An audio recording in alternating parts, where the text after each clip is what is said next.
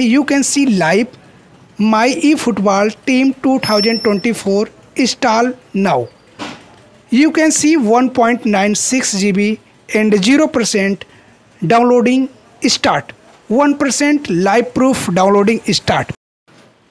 Friends, you can see now all countries' best favorite game eFootball 2024. This is very important game, but this is not installs game. यानी eFootball 2024 download problem. eFootball 2024 install problems. So please start now how to fix eFootball 2024 install pending problems.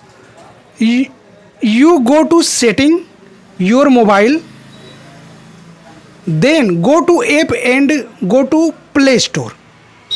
Go to apps and go to Google Play Store and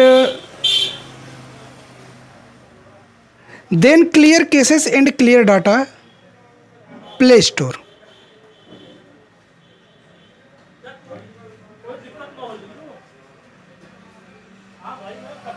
You can see, go to Play Store, logo press setting,